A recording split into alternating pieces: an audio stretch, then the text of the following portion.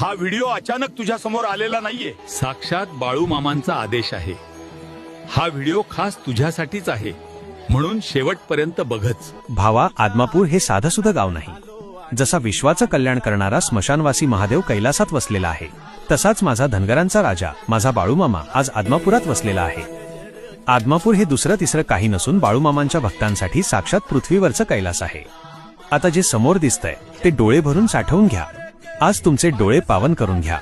ही बघा माझ्या राजाची काठी, हे त्यांचे पवित्र कपडे.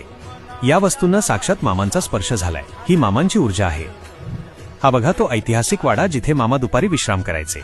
ह्या वाड्यात मामांसाठी दरवर्षी नवीन कोल्हापुरी चप्पल ठेवली जाते. आणि चमत्कार बघा, वर्ष संपल्यावर पाहिलं तर ती चप्पल खालून झिजलेली असते.